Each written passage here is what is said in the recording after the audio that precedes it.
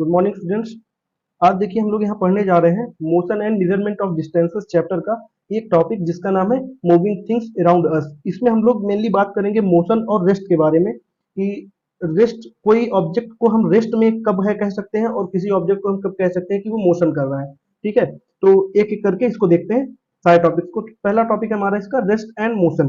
तो देखिए कोई ऑब्जेक्ट अगर रेस्ट पे है तो क्यों कहेंगे हम उसको कि वो रेस्ट पे है, और कोई ऑब्जेक्ट अगर मूव कर रहा है तो ऐसा क्या होता है, क्या प्रॉपर्टीज है उसकी कि हम उसको कह रहे हैं कि वो मूव कर रहा है या मोशन में है। तो बात करते हैं रेस्ट की पहले। तो देखिए अपने आसपास अपने देखा होगा, कभी भी अपने लोकेलिटी में देखेंगे तो वहां पे कुछ ट्री होते हैं। जैसे आप पेड़ की बात कर लें, हाँ, ट्रीज हो गए। इलेक्ट्रिक पोल की बात कर लें तो कोई पोल होगा अगर, ठीक है, पोल हो गए। या फिर जो हमारे हाउसेज होते हैं, ठीक है, जो घर है, तो वो सारे क्या कहलाते हैं, स्टेशनरी दिखते हैं ना, वो सारे स्टेशनरी दिखते हैं। स्टेशनरी का मतलब रुके हुए दिखते हैं। तो ये अगर रुके हुए दिख रहे हैं तो हम क्या कहेंगे कि ये जो है ये रेस्ट की पोजीशन में, मतलब ये मूव नहीं कर रहे हैं ना, तो ये रेस्ट की पोजीशन में। ये सारे किस पोजीशन में, पोल है, हाउसेज, ये सारे किस पोजीशन में, ये रेस्ट की पोजीशन में है। ठीक। अब रेस्ट की पोजीशन में तो इसको ऑफिशियली हम किस तरीके से बोल सकते हैं रेस्ट क्या होता है। तो अगर कोई ऑब्जेक्ट स्टेशनरी पोजीशन पे रहता है अपने प्लेस पे ही, और वो अपनी पोजीशन को चेंज नहीं कर रहा होता है, तो उस ऑब्जेक्ट को हम कह सकते हैं कि वो रेस्ट में है। तो इसकी एक डिफिनीशन हो सकती है, the objects which remains remain stationary at a place and do not change their position are said to B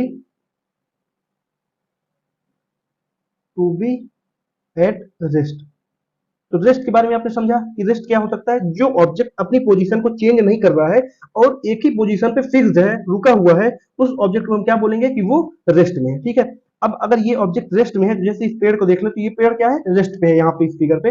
लेकिन वहीं पे इस कार को देखें तो ये कार मूव कर रही है ना, आगे की ओर बढ़ रही है, तो हम इसको क्या कहेंगे, ये मोशन में है। तो अब मोशन में होने के लिए क्या शर्त है, तो अगर कोई ऑब्जेक्ट मोशन में है और वो अपनी पोजीशन को चेंज कर रहा है अपने सराउंडिंग के रिस्पेक्ट में, तो हम उस ऑब्जेक्ट को कह सकते हैं कि वो मोशन में है। जैसे कोई बर्ड होगी, ठीक है, कोई बर्ड अगर उड़ रही है, ठीक है, जैसे फ्लाइंग बर्ड की बात करें, ठीक है, या फिर रनिंग डॉग की बात कर लें, ठीक है, रनिंग डॉग की बात करें, या फिर कोई मूविंग कार की बात करें, है ना। तो ये सारी चीजें क्या कर रही हैं, ये सारी चीजें किस चीज में है, ये मोशन में है ना। तो अब इनको मोशन में क्यों कहा जा रहा है, क्योंकि ये जो फ्लाइंग बर्ड है ना, वो अपनी पोजीशन को बार बार सराउंडिंग के रिस्पेक्ट में चेंज कर रही है ना। अभी यहाँ पे एक सेकंड बाद कहीं और होगी अगर उड़ रही है। अगर कोई डॉग है वो रन कर रहा है, तो अभी अगर एक पोजीशन पे है, तो अगले ही पल, अगले ही सेकंड पे वो किसी और पोजीशन पे होगा, है ना। तो ये सारी चीजें उसकी पोजीशन को चेंज कर रही हैं, तो इसलिए उसको हम कहेंगे कि वो मोशन में है। ठीक है। तो मोशन की डिफिनीशन क्या होगी, तो इसके लिए हम डिफिनीशन लिख सकते हैं यहाँ पे, the change in the position the change in the position of an object in relation to its surrounding with time is said to be in motion। ठीक है। तो कोई एक ऑब्जेक्ट है जो कि अपनी पोजीशन को बार बार चेंज कर रहा है अपने सराउंडिंग के रिस्पेक्ट में और टाइम के साथ, है ना। मतलब एक सेकंड में अगर वो यहाँ पे है तो अगले ही सेकंड पे वो कहीं और होगा, है ना। तो वो उसने पोजीशन को अपनी चेंज किया, तो उस ऑब्जेक्ट को हम बोल सकते हैं कि वो मोशन में है। जैसे कार है तो हर सेकंड ये अपनी पोजीशन को चेंज कर रही है ना, हर एक टाइम पे ये अपनी पोजीशन को चेंज कर रही है, तो हम इसको बोल सकते हैं कि ये किसमें है, ये मोशन में है। ठीक। मोशन का मतलब क्या होता है, वो मूवमेंट कर रही होनी चाहिए। ठीक है। अब कुछ टर्म होते हैं रेस्ट और मोशन क्यों रिलेटेड है एक दूसरे से, इसके बारे में बात करते हैं। ठीक है। तो अगर कोई चीज है जो रेस्ट में भी है और मोशन में भी है, तो रेस्ट और मोशन का रिलेशन क्या है, इसके बारे में बात करते हैं। तो जैसे अगर आप फिगर में देखेंगे, अगर आप इस फिगर को देखेंगे तो आपको लगेगा कि इस फिगर को मैंने क्यों लगाया है। तो देखिए यहाँ पे अगर फिगर में बात करें तो यहाँ पे दो बच्चे हैं, जो कि सपोज एक का नाम हमने रख दिया गीता और दूसरे का नाम अनिल रख देते हैं। ठीक है, तो ये दोनों बच्चे क्या हैं, एक अनिल है और एक का नाम है गीता, समझ लीजिए, रख लेते हैं। ठीक है, तो ये दो बच्चे हैं, ये क्या है, ये बैठे हुए हैं कहाँ पे, ट्रेन में, सिट ऑन ट्रेन कंपार्टमेंट। ठीक है, ट्रेन कंपार्टमेंट। और एक इनका फ्रेंड है, इनकी फ्रेंड है, उसका नाम क्या रख देते हैं हम लोग, सपोज इसका नाम हम लोग रख देते हैं सीता। ठीक है, सीता कहाँ है, ये दोनों प्लेटफॉर्म है, सॉरी ट्रेन के कंपार्टमेंट, ये कहाँ है, प्लेटफॉर्म में है। ये प्लेटफॉर्म है क्योंकि इसने, ये जो सीता थी वो क्या कर रही थी, इन दोनों को भेजने आई थी। ठीक है, तो अब अनिल के रिस्पेक्ट में अगर देखें तो अनिल के हिसाब से जो गीता है वो क्या है, अनिल के अकॉर्डिंग जो गीता है, जो उसके सामने सीट पे बैठी है, वो रेस्ट पे है कि नहीं, वो रुकी हुई है क्योंकि उसके सामने ही बैठी हुई, चल थोड़ी ना रही है ना। अनिल के रिस्पेक्ट पे देखा जाए तो जो गीता है वो क्या है, वो रेस्ट में है। फिर गीता के रिस्पेक्ट में देखें तो जो अनिल है वो कौन है, वो भी रेस्ट में है ना, वो भी उसके सामने बैठे हुए हैं, दोनों लोग रेस्ट पे हैं। लेकिन वहीं अगर हम सीता के रिस्पेक्ट पे देखें, सीता के पर्सपेक्टिव से देखें, प्लेटफॉर्म से अगर देखें, तो हमें क्या लगेगा कि अनिल और गीता दोनों मोशन में है। ये बात आप समझे, अगर जो सीता उसको प्लेटफॉर्म से उन दोनों को देख रही है तो उन सीता के अकॉर्डिंग अनिल और गीता दोनों क्या कर रहे हैं, मूव कर रहे हैं ट्रेन के साथ, है ना। लेकिन वहीं अनिल अगर गीता को देखता है जो कि उसके सामने वाली सीट पे बैठी है, तो वो रेस्ट पे है ना। और वहीं पे क्या कहते हैं, अगर गीता अनिल को देख रहा है तो वहां पे भी अनिल क्या है, रेस्ट पे है ना। दोनों एक दूसरे के सामने बैठे हैं इसलिए वो रेस्ट पे है। लेकिन सीता के अकॉर्डिंग अनिल और गीता दोनों मोशन पे है। ठीक है, तो यहाँ पे क्या है, एक ही चीज मोशन में भी है और रेस्ट पे भी है, मोशन में भी है और रेस्ट पे भी है। तो ये क्या हो रहा है, ये दोनों में अलग अलग चीजें हो रही हैं, अलग अलग रिस्पेक्ट पे, है ना। मोशन में भी है वो दूसरे के रिस्पेक्ट पे, लेकिन अगर उनको देखा जाए तो वो रेस्ट में भी है, वो अलग रिस्पेक्ट में देखा जा रहा है ना। तो मोशन और रेस्ट इसीलिए रिलेटिव टर्म्स है। ठीक है, ये क्या है, रिलेटिव टर्म्स है, क्योंकि ये एक दूसरे से रिलेटेड है ना। देखिए अनिल यहाँ पे रेस्ट में भी है और मोशन में भी है ना। तो अलग अलग पर्सपेक्टिव से दोनों अलग अलग पोजीशन पे है, एक कभी रेस्ट भी हो रहा है, कभी मोशन में भी हो रहा है। ठीक है, तो ऑब्जेक्ट जो है वो स्टेशनरी भी दिख सकता है और मूविंग में भी दिख सकता है, सेम सिचुएशन पे, सेम सिचुएशन पे वो मूविंग में भी दिख सकता है और स्टेशनरी में दिख सकता है। ठीक है, तो a body can be at rest and in motion at same time, तो हम इसको लिख सकते हैं, a body can be at rest and in motion at the same time. ठीक है, इसके अकॉर्डिंग जो रेस्ट है और मोशन है वो क्या है, रिलेटिव टर्म्स है। ठीक है, तो ये समझ गए रिलेटिव टर्म्स क्यों है ये। चलिए अब हम बात करेंगे टाइप ऑफ मोशन की। देखिए बुक में आपके कुछ ही टाइप ऑफ मोशन दिया गया है, जिसमें आपको रेक्टिलिनियर या लीनियर मोशन दिया गया है, फिर सर्कुलेटरी मोशन दिया गया है, और उसके बाद फिर क्या दिया गया है, पीरियोडिक मोशन दिया गया है। मैंने कुछ इंटरनेट पर सर्च करने के बाद कुछ और टाइप ऑफ मोशन निकाले, तो हम लोग आज सारे टाइप ऑफ मोशन की बात करेंगे। ठीक है, तो टाइप्स ऑफ मोशन क्या होते हैं, कई अलग अलग तरह के मोशन आपने एक्सपीरियंस किए होंगे।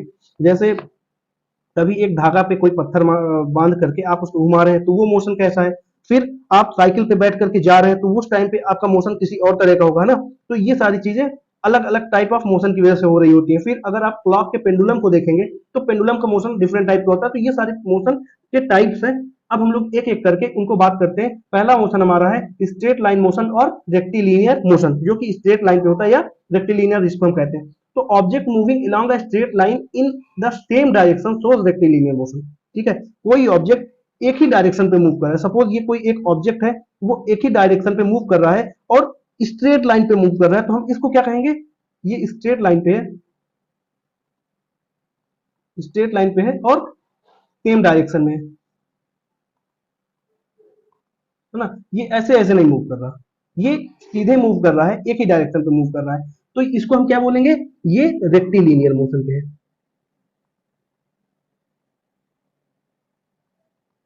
ठीक है, ये किस मोशन में, रेक्टिलिनियर मोशन में। उसके कुछ एग्जांपल्स जैसे an apple falling from a tree. अगर कोई एक एप्पल है वो ट्री से फॉल कर रहा है, तो वो कैसे फॉल कर रहा है, सीधे फॉल कर रहा है एकदम स्ट्रेट लाइन पे और एक ही डायरेक्शन पे, किस डायरेक्शन पे, अर्थ के डायरेक्शन पे वो मूव कर रहा है, तो ये रेक्टिलिनियर मोशन होगा। फिर a child going down a slide, वो किसी स्लाइड से मूव कर रहा है डाउन, तो वो स्लाइड कैसी होगी, ऐसी कुछ स्लाइड होती है ना, यहाँ पे स्टेयर्स होती हैं, यहाँ से चढ़ के जाते हैं, फिर बच्चे यहाँ से स्लाइड करते हैं, तो वो सिंगल एक ही डायरेक्शन पे ऐसे मूव कर रहा है, और कैसे, ये देखिए कि स्ट्रेट लाइन ना, तो वो क्या कर रहा है, रेक्टिलिनियर मोशन को फॉलो कर रहा है। फिर एक कोई कार है या बस है, वो क्या कर रही है, मूव कर रही है किसी एक रोड पे, तो देखिए अगर रोड पे मूव कर रही है, रोड हमारी सीधी रहेगी, तो वो सीधी एक ही रोड पे मूव कर रही है और एक ही डायरेक्शन पे मूव कर रही है, तो वो भी रेक्टिलिनियर मोशन को शो करेगी। A ball rolling towards boundary after being hit by the batsman, अगर कोई बॉल है वो ऐसे ऐसे मूव कर रही है, रोल कर रही है ग्राउंड पे इधर की तरफ, बाउंड्री की तरफ, तो वो रेक्टिलिनियर मोशन को शो कर रही होती है। वो बॉल कभी ऐसे ऐसे थोड़ी ना मूव करती है, वो सीधे ही मूव कर रही होती है, तो वो एक ही डायरेक्शन पे मूव कर रही है और स्ट्रेट लाइन पे मूव कर रही है, इसलिए वो भी रेक्टिलिनियर मोशन को शो करेगी। सेम इस तरह देखें तो a striker on a carrom board going straight to hit the coin, जब आप स्ट्राइकर को अपने हैंड से या फिंगर से हिट करते हैं, तो वो भी एकदम स्ट्रेट लाइन में जाता है, तब तक जाता है जब तक वो अपने आगे जिसे किसी कॉइन को हिट नहीं कर देता है ना। सपोज यहाँ पे कोई कॉइन रखा हुआ है, आपने स्ट्राइकर यहाँ से मारा, तो ये तब तक वहां तक जाएगा जब तक इसको हिट नहीं कर देता, और स्ट्रेट लाइन पे जाएगा और एक ही डायरेक्शन पे जाएगा, ठीक है। तो ये क्या हुआ, ये सारे स्ट्रेट लाइन मोशन या रेक्टिलिनियर मोशन को शो कर रहे हैं। तो रेक्टिलिनियर मोशन समझे, रेक्टिलिनियर मोशन वो होता है जो कि एक स्ट्रेट लाइन और एक ही डायरेक्शन पे मोशन हो रहा होता है, तो उस मोशन को हम रेक्टिलिनियर मोशन कहते हैं, ठीक है। अब सर्कुलर मोशन की बात करें, तो देखिए सर्कुलर मोशन में दो तरह के मोशन होते हैं, एक रोटेशन होता है और एक रिवॉल्यूशन होता है, ठीक है। इसमें दो तरीके का हो सकता है, एक रोटेशन हो सकता है, एक क्या हो सकता है, रिवॉल्यूशन, ठीक है। एक रोटेशन हो सकता है, एक रिवॉल्यूशन हो सकता है। तो देखिए रोटेशन क्या होता है और रिवॉल्यूशन क्या होता है। अगर आप इसको देखें, ये चीज मूव कर रही है अपने एक्सिस पे, ये ऐसे ऐसे अपने एक ही पोजीशन पे ऐसे मूव कर रही है।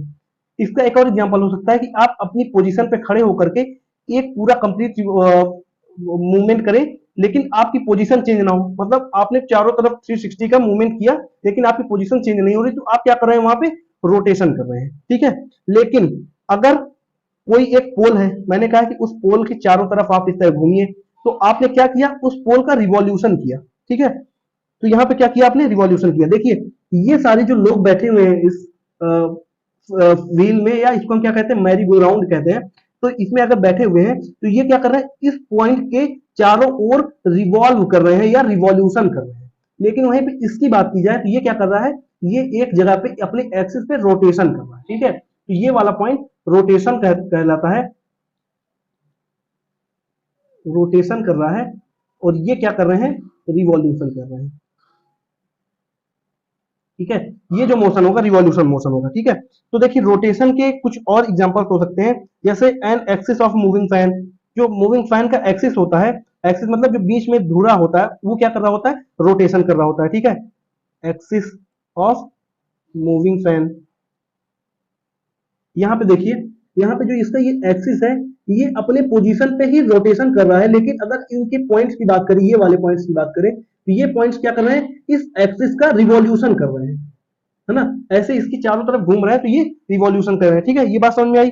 फिर pin wheel of a spinning toy, ठीक है, सेंट्रल व्हील ऑफ और एक्सिस ऑफ क्या कहते हैं, मैरी गो राउंड, इसका जो सेंट्रल एक्सिस है, ये क्या कर रहा है, ये एक ही जगह पे रोटेशन कर रहा है, लेकिन ये जो लोग बैठे हुए हैं, ये क्या कर रहे हैं, उस एक्सिस का रिवॉल्यूशन कर रहे हैं, ठीक है। तो अब एक और एग्जांपल आता है, कॉमन एग्जांपल है अर्थ और सन का। तो देखिए सपोज ये हमारा सन है, और अर्थ इसके चारों तरफ रिवॉल्यूशन करती है ना, ये अर्थ है, ठीक है। अब ये अर्थ रिवॉल्यूशन भी करती है और रोटेशन भी करती है। तो रोटेशन कैसे करती है, देखिए अर्थ को आप देखते होंगे, तो अर्थ अपने एक्सिस पे चारों तरफ घूम रही होती है ऐसे, है ना, ये घूम रही होती है। तभी तो हमारा डे एंड नाइट वाला जो कॉन्सेप्ट होता है, जो हमारा डे और नाइट होता है, वो किस वजह से होता है, इसके रोटेशन की वजह से होता है। लेकिन जो सीजन्स का चेंज होता है, ये उसी के साथ साथ रिवॉल्व कर रही होती है, सन के चारों तरफ भी घूम रही होती है, ये अपने एक्सिस पे भी घूमती जाती है एक राउंड, और ये पूरे सन के भी एक राउंड घूमती है ना। तो जो एक्सिस पे घूमती है वो 24 आवर्स में घूम लेती है, लेकिन सन के रिवॉल्यूशन जो करती है, वो कितने टाइम पे करती है,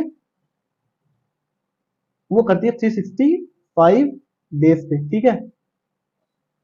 तो 1 ईयर लगता है इसको पूरे सन के अराउंड घूमने में, रिवॉल्व करने में, लेकिन रोटेशन करने में इसको 24 आवर्स लगते हैं। खुद में जो घूमती है वो 24 आवर्स लगते हैं, और पूरे सन के चारों तरफ घूमने में इसको 365 डेज लगते हैं, ठीक है। तो ये जो कॉन्सेप्ट है, इस वाले में रिवॉल्यूशन भी हो रहा है और रोटेशन भी हो रहा है। तो ये जो अर्थ घूम रही है वो क्या कर रही है, रोटेशन कर रही है खुद में, और अपने एक्सिस में घूम रही है तो रोटेशन कर रही है, और सन के अराउंड घूम रही है तो वो रिवॉल्यूशन कर रही है। ये चीज समझ गए, रोटेशन और रिवॉल्यूशन का कॉन्सेप्ट समझ गए। ये दोनों तरह के मोशन क्या कहलाते हैं, सर्कुलेटरी मोशन। मतलब कोई भी अगर ऑब्जेक्ट अगर राउंड ले रहा है तो वो सर्कुलेटरी मोशन कहलाएगा। ठीक है, वो दो तरह के होते हैं, रोटेशन और रिवॉल्यूशन। ये दोनों मैंने आपको समझाया यहाँ पे। ठीक है, तो अब हम बात करेंगे पीरियोडिक मोशन की। देखिए पीरियोडिक मोशन क्या होता है, पीरियोडिक मोशन क्या होता है, अगर कोई मोशन रिपीट करता है एक रेगुलर इंटरवल ऑफ टाइम पे। ठीक है, सपोज जो हमारे क्लॉक का पेंडुलम होता है वो कैसा होता है, वो ऐसा पेंडुलम होता है, और वो मूव करता है कुछ ऐसे इस डायरेक्शन पे, पहले इधर जाएगा फिर इधर जाएगा। ठीक है, तो पेंडुलम क्या है, अगर कोई मोशन रिपीट कर रहा है एक रेगुलर इंटरवल ऑफ टाइम पे तो वो क्या कहलाएगा, पीरियोडिक कहलाएगा। ठीक है, the motion which repeats at regular interval of time is a periodic motion. तो इसको हम लिख सकते हैं, the motion which repeats at regular interval of regular intervals of time is called is a periodic motion। ठीक है, periodic motion। ठीक है, अब इसके एग्जांपल क्या क्या हो सकते हैं, देखिए अगर rotation rotatory motion of earth की बात करें एग्जांपल्स पे, तो हमारा क्या हो जाएगा, रोटेशन ऑफ अर्थ। अर्थ को रोटेट करने में पर डे सेम टाइम लगता है, एक ही इंटरवल ऑफ टाइम लगता है। वो ऐसा नहीं है कि आज 24 घंटे में रोटेट कर रही है तो कल 48 घंटे में रोटेट करे, मतलब आज 24 आवर्स लग रहा है उसको रोटेट करने में तो कल 48 आवर्स में करे, या 365 डेज में करे। तो ऐसा नहीं है, वो अगर 24 आवर्स में कर रही है रोटेट तो अगले दिन भी वो 24 आवर्स में करेगी। मतलब उनका जो मोशन है वो पीरियोडिक है, उसमें कोई इंटरवल टाइम के इंटरवल में जो टाइम का गैप लग रहा है, मतलब 24 आवर्स लग रहे हैं, उसमें कम या ज्यादा नहीं हो सकता, वो एक रेगुलर इंटरवल रहेगा, वो ना ज्यादा होगा ना कम होगा। तो ऐसा मोशन क्या कहलाता है, पीरियोडिक। ठीक है, मतलब उसके टाइम जितना टाइम उसको लग रहा है मूवमेंट करने में तो उतना ही लगेगा, ना उससे ज्यादा ना कम। तो देखिए इस पेंडुलम की अगर बात करें तो इस पेंडुलम को जितना टाइम इधर जाने पे लग रहा है, जितना टाइम इधर जाने पे लग रहा है सेम टाइम हर बार लगेगा। जब भी ये पेंडुलम जैसे यहाँ गया फिर वापस आएगा, फिर इधर जाएगा, लेकिन फिर वापस आने के बाद फिर इधर जाएगा, तो ये जो पूरा टाइम लग रहा है एक इंटरवल पे वो सेम लगेगा। ठीक है, वो टाइम कभी बदलेगा नहीं। तो इसलिए ये क्या कहलाता है, पीरियोडिक कहलाता है। फिर एक तो रोटेशन हो गया, दूसरा revolution of earth. Earth revolve करती है सन के अराउंड, है ना, सर के चारों तरफ अर्थ रिवॉल्व करती है, तो वो भी सेम टाइम पे होगी, हर हर समय वो एक ही टाइम पे रिवॉल्व कर रही होगी, वो टाइम एक्सटेंड नहीं भी हो, ना तो बढ़ेगा ना घटेगा। ठीक है, फिर पेंडुलम ऑफ क्लॉक, ये तो आप समझ गए, पेंडुलम ऑफ क्लॉक ये भी एक एग्जांपल है इसी पीरियोडिक मोशन का। उसके बाद हार्ट बीट की बात कर लेते हैं। कभी आपने स्टेथोस्कोप स्कोप को कान में लगाया और जो डॉक्टर्स लिए रहते हैं तो उसमें से हार्ट बीट सुनाई पड़ती है। तो अगर आप सुनेंगे ना ध्यान से तो क्या होता है कि आपकी जो हार्ट बीट होती है, जो पल्सेस होती हैं, वो क्या होती है, एकदम time to time periodic motion के अकॉर्डिंग चल रही है ना। उसमें जो टाइम लग रहा है एक हार्ट बीट से दूसरे हार्ट बीट के बीच में वो सेम रहता है हमेशा, वो ना कभी बढ़ता है ना कभी घटता है। हाँ, जनरल केसेस की बात कर रहा हूँ, कभी आप दौड़ के आए उस टाइम पे जो हार्ट बीट होगी वो आपकी तेज हो जाती है, वो अलग केस है। लेकिन अगर आप नॉर्मल है तो उस टाइम पे सारी हार्ट बीट आपकी सेम टाइम पे चल रही होगी। ठीक है, तो ये सारी चीजें हो गई। उसके बाद आर हैंड हो गया, मिनट हैंड हो गया, है ना। तो ये सारे हैंड्स भी जो क्लॉक के हैंड होते हैं ना, ये यहाँ पे एक मिनट आर हैंड होता है, एक मिनट हैंड होता है और एक सेकेंड हैंड होता है, तो ये भी एक सेम इंटरवल ऑफ टाइम पे ही चलते हैं। तो ये सारे मोशन क्या कहलाते हैं, पीरियोडिक मोशन कहलाते हैं। ठीक है, अब पीरियोडिक मोशन में दो तरह के मोशन और होते हैं, कौन कौन से, ऑसिलेटरी और वाइब्रेटरी। पीरियोडिक मोशन के ये क्या होते हैं,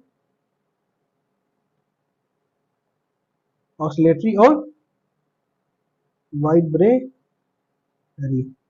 दो तरह के मोशन पीरियोडिक मोशन में और आते हैं, एक ऑक्सिलेटरी और एक वाइब्रेटरी। तो ऑक्सिलेटरी मोशन क्या होते हैं, जो टू एंड फ्रो मोशन होता है, टू एंड फ्रो मोशन जो होता है वो ऑक्सिलेटरी मोशन होता है। ठीक है, और वाइब्रेटरी मोशन क्या होता है, वाइब्रेटरी मोशन क्या होता है, तो ये जो ऑसिलेटरी मोशन होते हैं यही कहलाते हैं वाइब्रेटरी मोशन। कैसे, क्योंकि अगर कोई ट्रू और फ्रो मोशन कर रहा है तो वो वाइब्रेट कर रहा होगा, अगर उसको तेजी से कर दे तो वो वाइब्रेट कर रहा होता है ना। तो यही चीज क्या हो जाता है, अगर उसको बहुत जल्दी जल्दी करें फास्ट वे में, ऑक्सीलेटरी ऑक्सीलेशन अगर ऑक्सीलेशन को अगर हम फास्ट कर दें तो वो क्या हो जाता है, वो वाइब्रेटरी का फॉर्म ले लेता है, ठीक है। तो अगर हम बात करते हैं ऑक्सीलेटरी की, तो देखिए अगर इसको देखेंगे तो ये झूले पे बैठी हुई, ये पीछे जा रही है और आगे जा रही है, तो ये टू एंड फ्रो मोशन कर रही है, तो ये क्या कर रही है, ऑक्सीलेटरी मोशन कर रही है, ठीक है। तो ये इसके एग्जाम्पल क्या हो सकते हैं, मोशन ऑफ अ स्विंग, ठीक है। फिर मोशन ऑफ इंजन पिस्टन, जो इंजन पिस्टन होता है वो भी मोशन कर रहा होता है ऑक्सीलेशन के फॉर्म में, ठीक है। तो ये सारी चीजें ऑक्सीलेटरी हो गई। फिर आपने देखी होगी अगर सिलने वाली मशीन देखोगे तो उसमें जो नेडल होती है वो जल्दी जल्दी ऊपर नीचे होती है, वो क्यों हो रही होती है, क्योंकि वो ऑक्सीलेटरी मोशन को शो कर रही होती है, वही मोशन ऑक्सीलेटरी मोशन होता है। फिर अगर वाइब्रेटरी मोशन की बात करें तो वाइब्रेटरी मोशन में जो स्ट्रिंग होती है, स्ट्रिंग ऑफ अ गिटार या सितार मान लीजिए, ठीक है, जो सितार होता है, सितार, सॉरी यहाँ पे स्पेलिंग थोड़ा मिस्टेक हो गई, SITAR, ठीक है। तो string of a sitar, sitar अगर देखें तो उसको अगर आप एक उंगली से धीरे से पुश करते हैं तो वो स्ट्रिंग क्या कर रही होती है, वाइब्रेट कर रही होती है ना। तो वो भी ऑक्सीलेट करती है टू एंड फ्रो, लेकिन बहुत फास्ट वे में, है ना। तो ये क्या कहलाएगा, वाइब्रेटरी मोशन कहलाएगा। फिर दूसरा हम बात करें अगर, तो parchment of a beaten drum,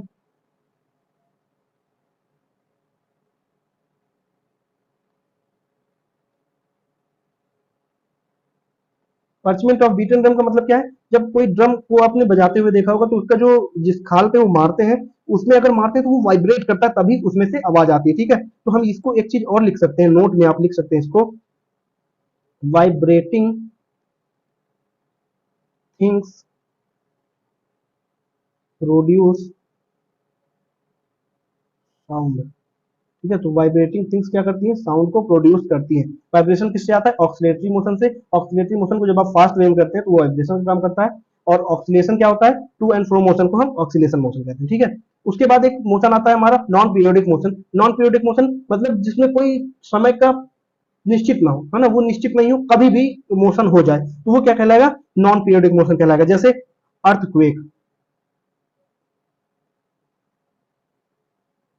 इसमें कोई निश्चित नहीं है ना कि अर्थक्वेक आएगा ही आएगा, हर 5 मिनट में अर्थक्वेक आएगा, ऐसा तो कोई निश्चित नहीं है, कभी भी आ सकता है अर्थक्वेक, है ना। फिर उसके बाद वोल्केनिक इरप्शन, जो वोल्केनो होते हैं उनमें जो इरप्शन होता है वो भी ये जो लावा निकलता है ना वो भी कभी अचानक से हो जाता है ना, तो इरप्शन ऑफ अ वोल्केनो,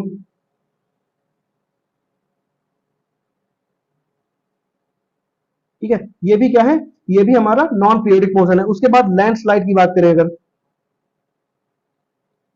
क्या बता सकता है कोई क्या कि लैंडस्लाइड कितने समय होने वाला है, अर्थक्वेक कितने टाइम होने वाला है, किस टाइम पे होगा, क्या ये पीरियोडिक होगा, मतलब क्या ये रेगुलर बेसिस पे चलता है, एक अर्थक्वेक से दूसरे अर्थक्वेक के बीच में जो टाइम होता है वो सेम होता है कि नहीं होता, ठीक है। उसके बाद स्टॉर्म की बात करें, जितने भी नेचुरल डिजास्टर होते हैं वो नॉन पीरियडिक होते हैं, ठीक है। उसके बाद एक आता है mixed fraction, sorry mixed motion section में आ गए हम लोग, तो हाँ मिक्स्ड मोशन। अब मिक्स्ड मोशन में क्या है, मिक्स्ड मोशन में क्या होता है, एक टाइप के मोशन से ज्यादा मोशन अगर कोई शो कर रहा है, कोई ऑब्जेक्ट शो करता है more than one type of motion, तो उसको हम क्या कहते हैं, mixed motion. More than one type of motion at a same time, वो क्या कहलाएगा, मिक्स्ड मोशन। ऑब्जेक्ट शोइंग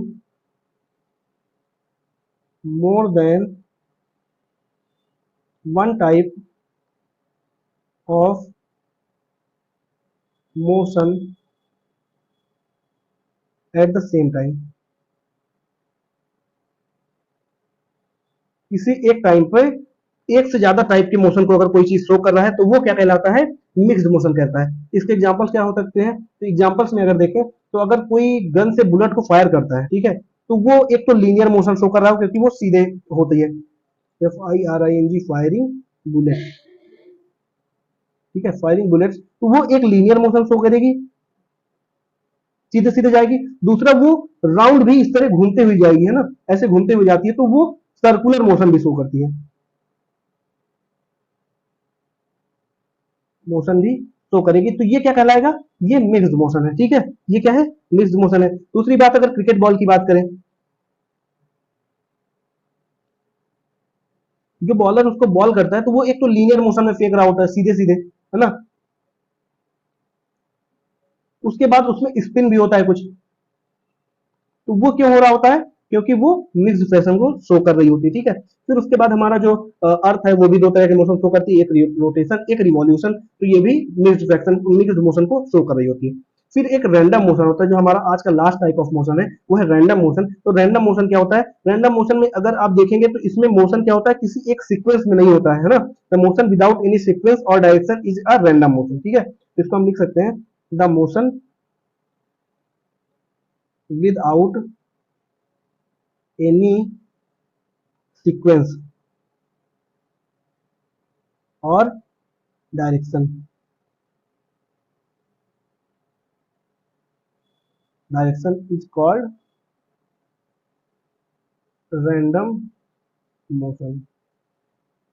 इसका क्या मतलब है, देखिए अगर आप बात करेंगे फुटबॉल में या हॉकी में, तो इसकी जो बॉल होती है क्या वो सेम डायरेक्शन पे कभी चल रही होती है, क्या उसका जो सीक्वेंस है वो सेम रहता है। अगर किसी एक प्लेयर ने हिट किया तो उसका डायरेक्शन चेंज हो गया, वहीं एक सेकंड बाद किसी दूसरे प्लेयर ने हिट कर दिया तो उसका डायरेक्शन चेंज हो गया। तो ये सारी चीजें क्या होती रहती है, उसकी डायरेक्शन चेंज हो रही होती है ना, तो सारी चीजें उसकी चेंज हो रही होती है, सीक्वेंस भी चेंज हो रहा होता है ना। तो ये चीज क्या कहलाता है, वो वही मोशन जो कहलाता है, इस टाइप का मोशन वो क्या कहलाता है, रैंडम मोशन कहलाता है। इसके एग्जांपल्स में अगर देखें तो एग्जांपल्स में एक हो सकता है हमारा फुटबॉल, बॉल जो फुटबॉल होती है वो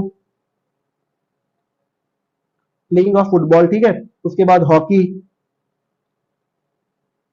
हॉकी बॉल, हॉकी बॉल की करना वो भी खेलना वो भी दिक्कत वही है, रैंडम मोशन। उसके बाद flying motion of sparrow,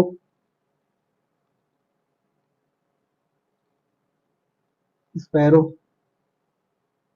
sparrow bird होती है, ये बर्ड है ना, स्पैरो बर्ड होती है, वो एक सीधे मोशन में कभी नहीं मुड़ती, वो इधर उधर करके उड़ती रहती है, वो बार बार डायरेक्शन चेंज करती है, बार बार अपना सीक्वेंस चेंज करती है, बार बार अपनी स्पीड चेंज करती है ना, कभी तेज उड़ रही कभी धीमे हो गई, कभी डायरेक्शन चेंज करके दूसरी तरफ मुड़ गई कभी दूसरी मुड़ गई, तो ये क्या होता है, ये रैंडम मोशन को शो कर रही होती है, ठीक है। उसके बाद a monkey performing antics on a tree, कोई एक मंकी है जो कि ट्री पे कुछ करतब दिखा रहा है, तो वो क्या कहलाता है, वो भी रैंडम मोशन दिखा रहा है, क्योंकि वो एक सीक्वेंस से कोई करतब नहीं कर रहा है ना, तो वो इधर उधर तरह के चीजें कर रहा होता है, तो उसको भी हम रैंडम मोशन कहेंगे। तो आज की क्लास हमारी यहाँ से खत्म होती है, रैंडम इसमें हमने मोशन को देखा, मोशन के टाइप को देखा, तो हमने यहाँ पे बहुत सारी बात करी मोशन के बारे में, और यहाँ से ये चैप्टर था हमारा motion and measurement of things, ये क्या हो जाता है, खत्म हो जाता है। और अगले बार हम जो बात करेंगे हम अपने नेक्स्ट चैप्टर में बात करेंगे, ठीक है। तो यहाँ पे ये वाला चैप्टर खत्म होता है, आप लोग इस चैप्टर को बढ़िया से पढ़िए और इससे रिलेटेड जो एक्सरसाइज में क्वेश्चन दिए गए हैं उसको सॉल्व करने की कोशिश करिए। अगर हो जाते हैं क्वेश्चन सॉल्व तो बहुत अच्छी बात है, नहीं होते मैं फिर भी मैं कराऊंगा उस क्वेश्चन को, सारी एनसीईआरटी की एक्सरसाइज हम लोग अलग से सॉल्व करेंगे। तो अगर आपने उसको किया है तो आप उसको मैच कर सकते हैं क्वेश्चंस को, अगर नहीं किया है तो आप मेरे से देख करके समझ सकते हैं उन क्वेश्चन को, कर सकते हैं, ठीक है। तो चलिए मिलते हैं अपने नेक्स्ट वीडियो पे, जिसमें हम लोग बात करेंगे एनसीईआरटी एक्सरसाइज से रिलेटेड इस चैप्टर की, और फिर उसके बाद हम लोग अगले चैप्टर पे बात करेंगे, अगले चैप्टर की तरफ चलेंगे, ठीक है। तो चलिए ठीक है, तब तक के लिए आप लोग खूब पढ़िए लिखिए और खूब मजे करिए। Thank you.